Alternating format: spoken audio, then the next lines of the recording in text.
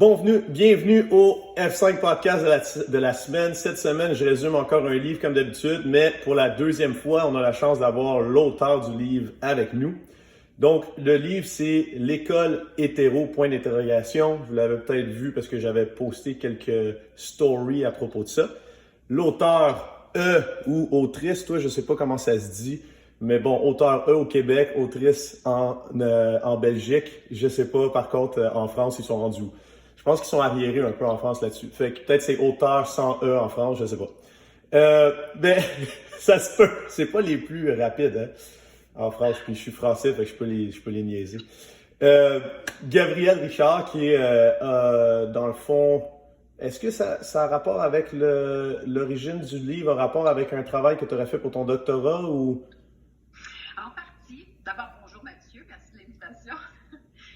Oui, moi je suis sociologue, donc je fais des recherches sur différentes thématiques. Puis effectivement, ce livre-là est tiré d'une recherche que j'ai menée pour mon doctorat et d'autres recherches connexes. C'est un peu un point de la situation de mes réflexions par rapport au sujet dont on va parler.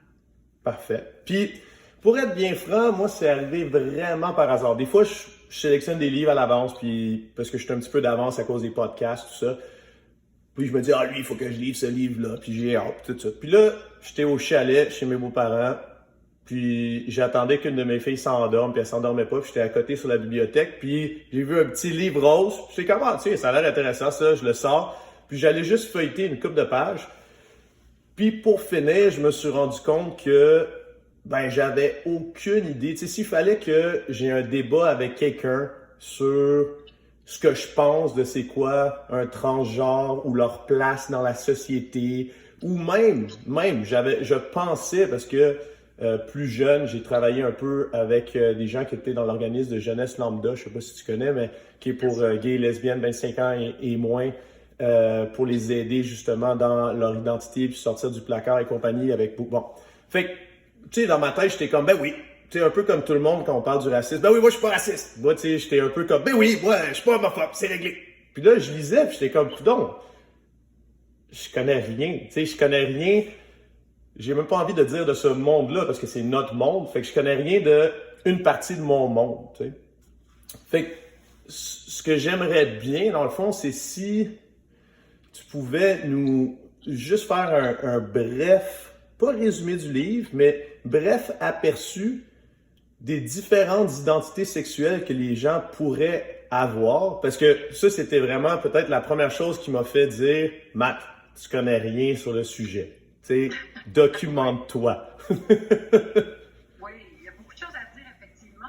Si on veut garder ça court, mais quand même avoir un peu de chair autour de l'os, la plupart des gens, probablement surtout au Québec, on entend, on est familier avec l'acronyme LGBT, hein, il y a différentes variations de ça, mais grosso modo, c'est des choses avec lesquelles on est habitué de jongler.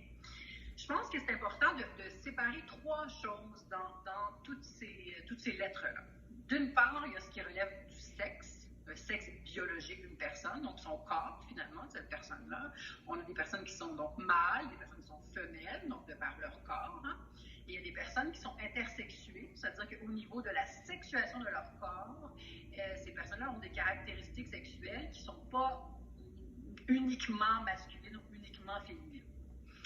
C'est intéressant. Par exemple, on entend parler de plus en plus dans les médias, notamment autour de performances sportives. Je sais qu'il y a une sportive qui s'appelle Caster Semenya, qui est une coureuse, je ne connais pas exactement ses performances, là, mais qui, elle, on conteste beaucoup le fait qu'elle court avec d'autres femmes parce qu'on considère qu'au niveau de sa sexuation, elle ne répond pas au niveau des hormones qu'elle produit à ces standards-là féminins.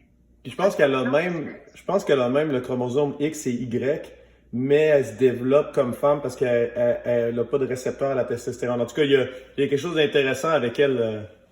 Oui, effectivement. Puis ça amène beaucoup à réfléchir à qu'est-ce qu'on considère comme étant le sexe, finalement. Est-ce que c'est juste ce qu'on a entre les jambes ou est-ce que ça relève d'hormones? Est-ce que c'est des chromosomes? Est-ce que c'est tout ça? Est-ce que tout ça doit converger vers la même explication, vers la même étiquette ou non? Donc, il y a déjà beaucoup de choses à creuser au niveau du sexe.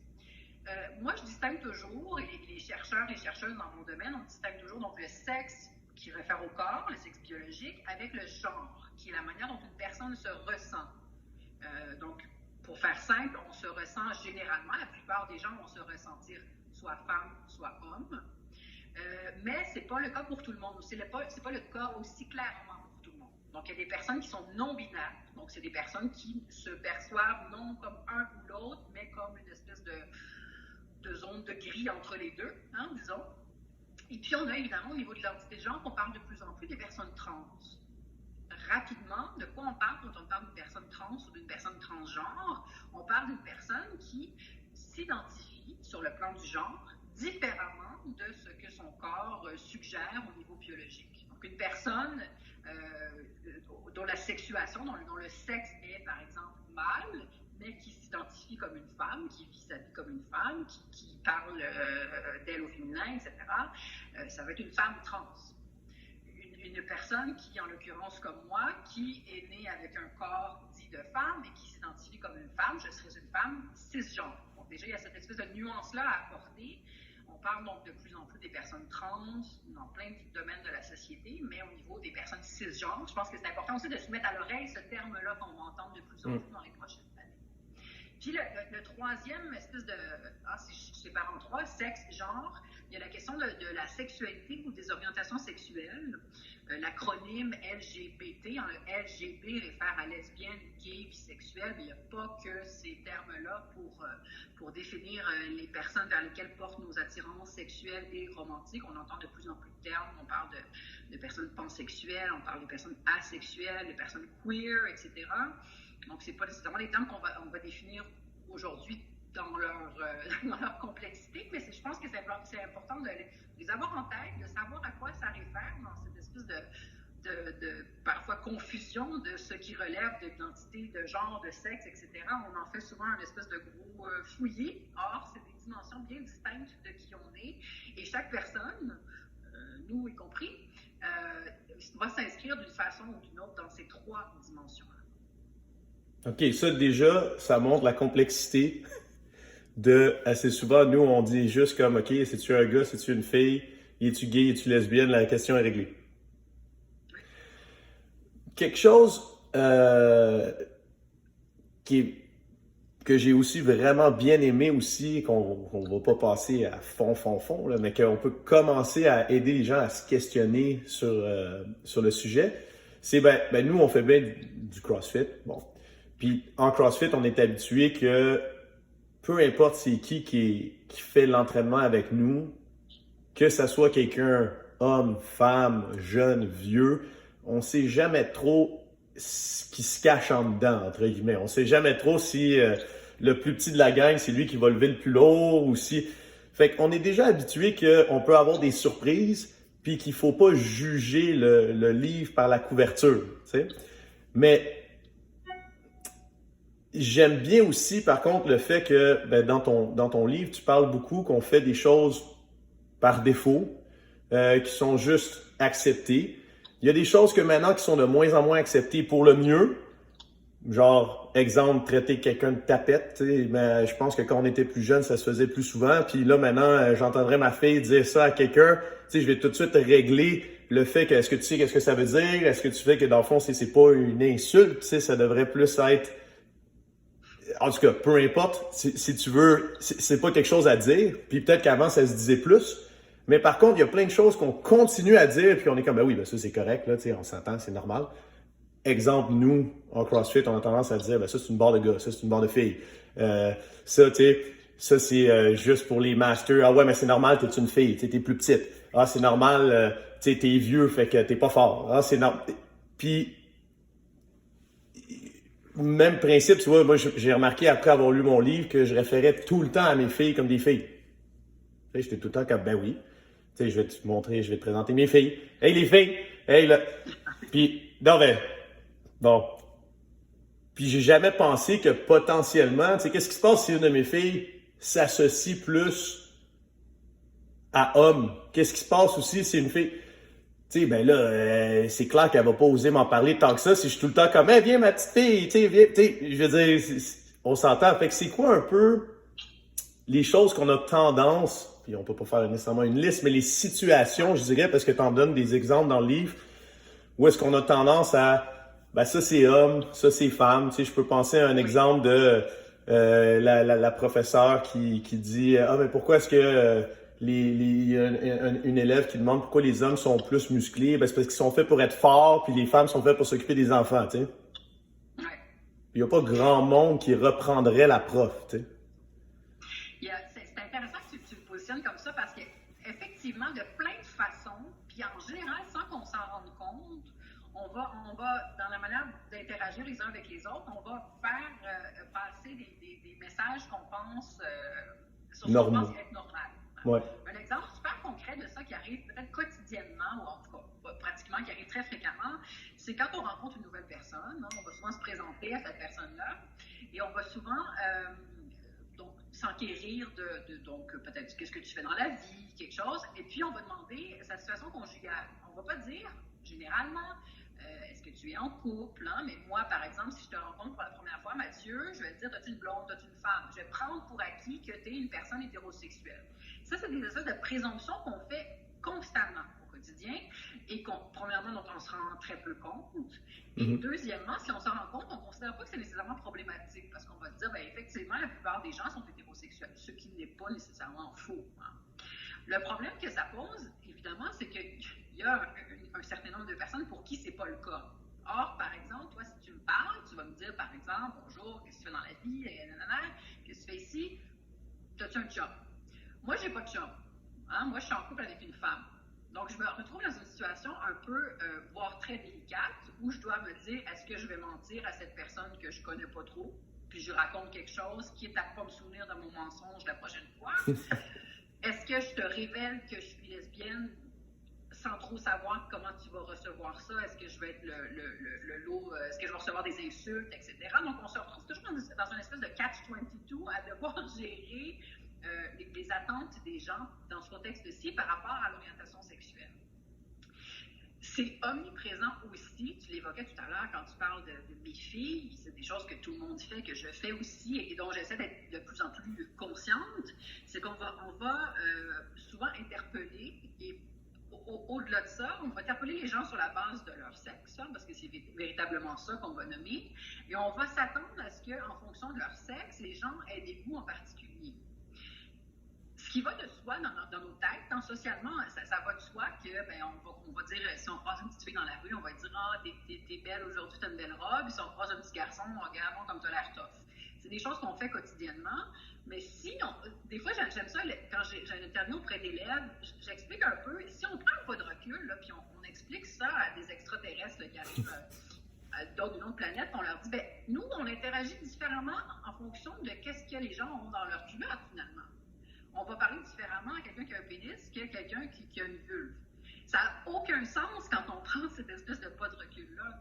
De l'expliquer comme ça, on se rend compte à quel point c'est aberrant de présumer que les gens se comportent différemment, ont des habiletés nécessairement différentes, ont des intérêts différents sur la base de leur sexe biologique. C'est ce qu'on fait quotidiennement. Si on est invité à une fête pour une ado, mais on va aller dans une section du magasin de jouets ou de je ne sais trop, qui va concerner les filles. On va demander conseil, on va dire je vais à un anniversaire d'une jeune fille, et on se fera conseiller des choses de filles, entre guillemets.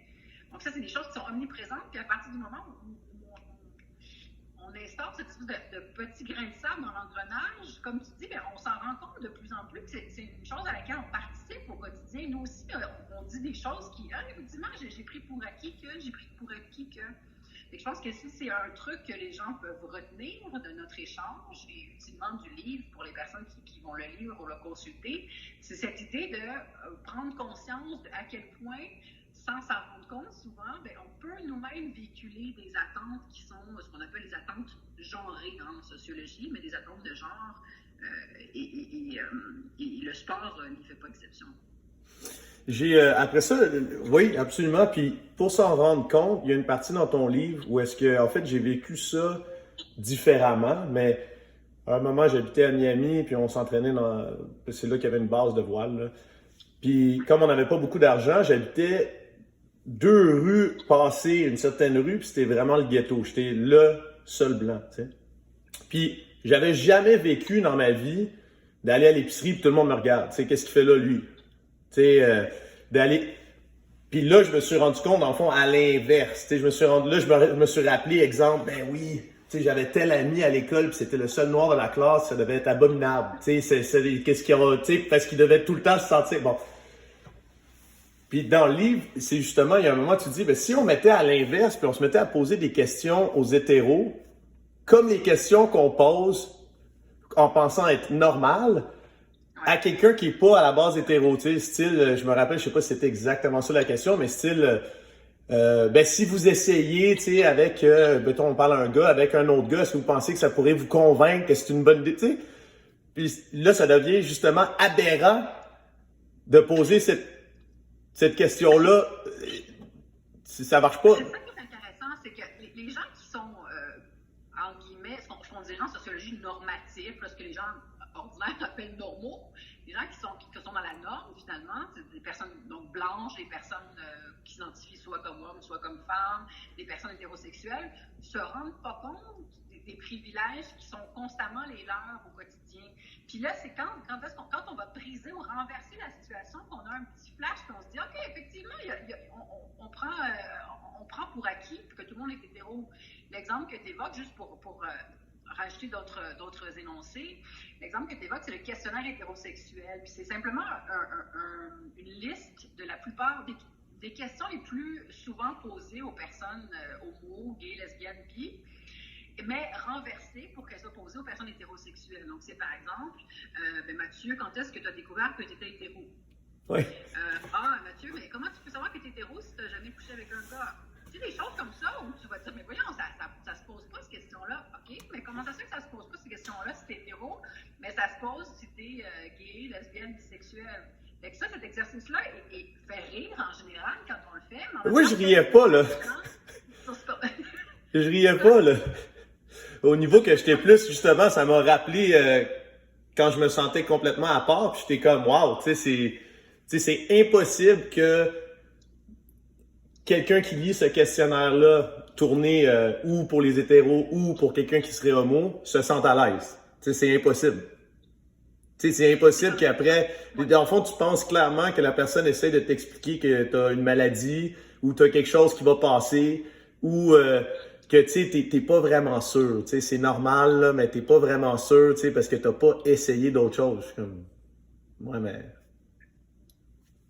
Oui, en fait, ce qui est intéressant, je pense aussi une espèce de grand message à retenir de tout ça, c'est que tout le monde a une orientation sexuelle. C'est-à-dire qu'être hétéro, c'est pas la norme. C'est une orientation sexuelle, au même titre qu'autre chose. Tout le monde a une identité de genre. C'est pas juste les personnes trans qui ont une identité de genre. Tout le monde en a une. Tu en as une, j'en ai une.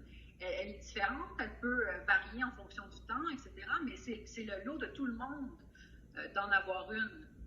La seule peut-être différence entre les personnes LGBTQ et les autres, c'est que les personnes LGBTQ y ont abondamment réfléchi parce que leur identité n'est pas dans la norme, n'est pas dans ce qui est présenté quotidiennement dans les médias, dans les manuels scolaires, dans les séries, etc. Donc, c'est des personnes qui ne sont pas habituées de voir leur réalité reflétée dans les contenus scolaires ou autres, tu vois. À la rigueur, on pourrait argumenter qu'ils sont encore plus certains de leur identité que quelqu'un d'hétéro qui ne s'est pas posé la question. Très probablement, effectivement. Et d'ailleurs, on le voit quand même régulièrement, des gens qui ont vécu la moitié de leur vie. J'avais un coach de voile que des enfants qui ont vécu jusqu'à 52 ans avec une femme qui à 55 ans a découvert qu'en fait, lui vivait un mensonge là, depuis le début, il n'avait jamais été de lien. Fait ce que je veux dire, c'est dans le fond, cette personne-là, justement, vu qu'on lui a pas posé les questions, ben, il en était pas si sûr que ça d'être dans la norme, là. C'est ça, c'est quand toute ta vie, on te présente que tu n'as pas nécessairement un choix à dire en la matière, puis que nécessairement, si tu es un gars, tu vas être attiré par les filles, puis tu vas te marier avec une fille, puis tu vas avoir des enfants, mais à aucun moment on te dit, t'attends-tu? Tu sais, c'est-tu quelque chose qui, toi, t'interpelle? Est-ce que ça correspond à tes attirances, à ton désir dans la vie, etc.? Fait que, je pense que l'intérêt, justement, c'est d'aller voir ce qu'on considère comme étant la normalité, puis de le questionner, puis de le faire évidemment le plus tôt possible, mais comme tu dis en référant à ton coach, il n'est jamais trop tard pour se questionner sur qui on est, c'est qui les personnes qui nous attirent sexuellement, romantiquement, est-ce que ça se peut qu'on n'ait pas d'attirance, comment on s'identifie, etc. Donc c'est un cheminement qui est le cheminement et les réflexions d'une vie finalement. Puis je pense que d'apprendre, parce qu'on va bientôt conclure, si on amène ça au sport, parce que là il y a les Jeux olympiques, il y a la première femme transgenre à participer aux Jeux olympiques en haltérophilie en Nouvelle-Zélande, qui fait couler beaucoup d'encre. Mais je pense que la plupart des gens, là maintenant, tu leur as donné des outils à penser, premièrement avec les 3 grandes catégories qu'on a dit. Puis de penser aussi que le droit de cette personne-là à compétitionner n'a pas nécessairement rapport avec son droit de vivre sa sexualité. Au niveau que c'est un autre débat de savoir si c'est fair ou pas fair. Tu sais, c'est un peu le même principe que si on veut, pour moi, changer les catégories de poids en boxe, ben on va laisser quelqu'un de plus lourd aller contre quelqu'un de plus léger. Est-ce que c'est fair ou pas? La question n'est pas la même chose que est-ce que les gens qui sont lourds ont le droit d'exister, là? C'est plus du tout la même chose. Puis, un des intérêts, je pense que les questions des sports, mais pas uniquement les sports de haut niveau, sont de plus en plus confrontés à ces questions de genre et de sexualité. Tu sais, tu évoques les Jeux olympiques qui arrivent, etc. Un autre exemple dont on a entendu parler récemment, il y a un premier joueur de la LNH qui a fait son coming out, donc un premier coming out d'un joueur de hockey officiel. C'est symboliquement très fort. Puis le fait qu'il faille avoir attendu en 2021 pour que ce soit le cas, ça dit beaucoup de choses sur la fermeture ou la fermeture perçue de ce milieu-là. Mais pour revenir à ce que tu dis avec cet athlète haltérophile, j'ai envie de te ramener au milieu scolaire, mais pour la question sportive. Je fais de la formation auprès de profs, hein, puis j'ai parfois des profs qui font des profs d'éducation physique dans les formations que je fais. Et je me souviens récemment, j'avais fait une formation d'un bon 2 heures, 3 heures, où on avait justement décortiqué le sexe, le genre, etc. On avait parlé des normes à l'école, puis j'avais essayé d'être aussi clair que possible, tu sais, puis j'étais comme fière de ma shot. Puis à la fin de la formation, le prof d'éduc, il dit merci, j'ai beaucoup appris, etc. Mais j'ai juste une question, bien sûr. Il dit, la question c'est, on a un élève trans dans notre école, puis le problème que ça pose, c'est qu'on ne sait pas comment évaluer cet élève en sport. Est-ce qu'on évalue l'élève avec le barème fille ou le barème gars? Puis j'ai laissé un moment de suspense ou de réflexion, tu sais, quelques secondes avant de répondre. Puis là, le prof lui-même a réfléchi et a dit « Ah ouais, mais dans le fond, pourquoi on a des barèmes filles et gars à l'école? Est-ce qu'on a besoin de ces barèmes-là? » Tu sais, dans un contexte qui n'est pas nécessaire. Tu sais, en mathématiques, est-ce que tu l'évalues comme une fille ou comme un gars? Ben, c'est ça. Sa question l'a amené à réfléchir justement à ces catégories dont on s'est doté, puis est-ce qu'elles sont pertinentes? Par exemple, si à l'école secondaire, on veut faire de la compétition je sais pas moi, de basket, est-ce que le critère pour discriminer les catégories, ça ne devrait pas être la taille plutôt que le sexe? C'est-à-dire, les grands, vous jouez ensemble, peu importe qui vous êtes, puis les plus petits, vous jouez ensemble, par exemple. Exemple en équitation. En équitation, hommes-femmes, aux Olympiques, aux championnats du monde, c'est pareil. Il y a encore des catégories en bateau à voile qui sont mixtes. Moi, j'ai fait tous mes juniors mixtes avec une fille, puis on était les meilleurs, là. Ouais, bon. Mais fait que ce que je veux dire, c'est qu'il y a quand même certains sports qu'on compris. C'est ça, mais je pense que l'intérêt, justement, c'est de regarder la pertinence des catégories.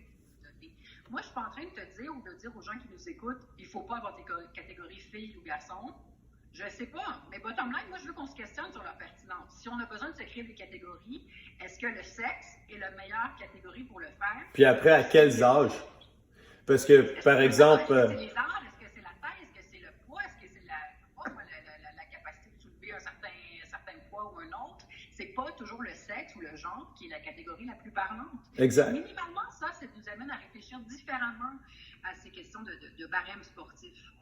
Non, exact, 100%. Fait que j'espère que ça vous a aidé à commencer à réfléchir. parce que je sais qu'il y en a plusieurs qui me parlent justement de l'haltérophilie et qu'est-ce qui va se passer. J'aimerais d'ailleurs dire que Laurel, qui est la première athlète trans à les Jeux olympiques, n'est pas la favorite. Ce qui veut dire qu'elle a beau potentiellement avoir un avantage, l'avantage est peut-être pas assez grand pour la rendre championne des Jeux olympiques. Mais peu importe, j'espère que ça va vous aider à réfléchir. Merci beaucoup, Gabrielle. Comment est-ce qu'on se procure ton livre?